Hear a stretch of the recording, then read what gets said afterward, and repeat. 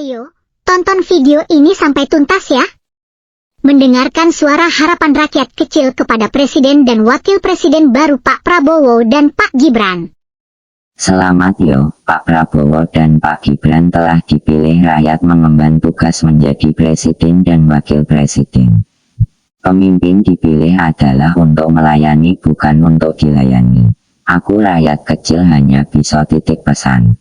Wujudkan Indonesia maju menuju Indonesia emas dengan hilirisasi industri dan penyiapan SDM ke depan yang sehat, kuat dan cerdas.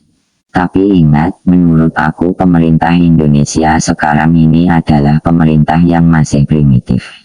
Kalau kasus ini benar, masa pemerintah bayari kartu kredit pribadi menterinya, bayari cicilan kredit mobil mewah anaknya, dan bahkan bayari nyonya menteri ke salon. Ini bukan sekedar korupsi, tapi barbar. Rakyatmu ini pinter-pinter loh, cuma kalau lawan barbar yo siapa yang berani, rakyat kecil takut dipecat yang berdampak ke keluarga. Hukum pun sering kalah atau dibuat kalah atau cincai. Kalau korupsi dianggap sebagai risiko, jadi risiko korupsi adalah efek dari ketidakpastian pencapaian target nihil korupsi. Artinya ono kemungkinan kejadian yang membuat tidak bisa mencapai target nihil korupsi.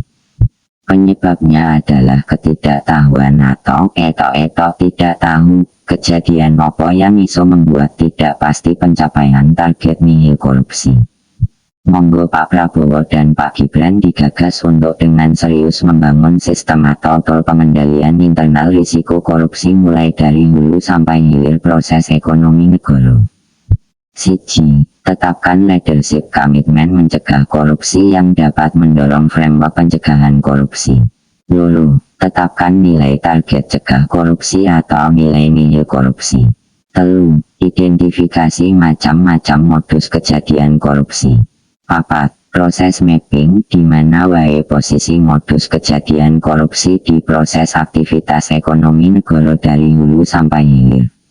5. Bangun dan terapkan sistem atau tool kontrol internal yang dapat mengecilkan variasi proses yang berpotensi munculnya segitiga fraud, kesempatan, tekanan, rasionalisasi di posisi yang sudah diidentifikasi saat proses mapping. 6. Lakukan monitoring penerapan kontrol internal. 7. Lakukan audit internal yang dapat menjamin tercapainya KPI nihil korupsi preventif, selain mencari koruptor dan memiskinkan koruptor yang masih bisa digoreng di pengadilan kuratif. Besar harapanku kepada Mas Gibran, arek enom yang masih murni dan idealis. Cegah korupsi ini adalah jalanmu agar tidak dilecehkan sebagai arek enom.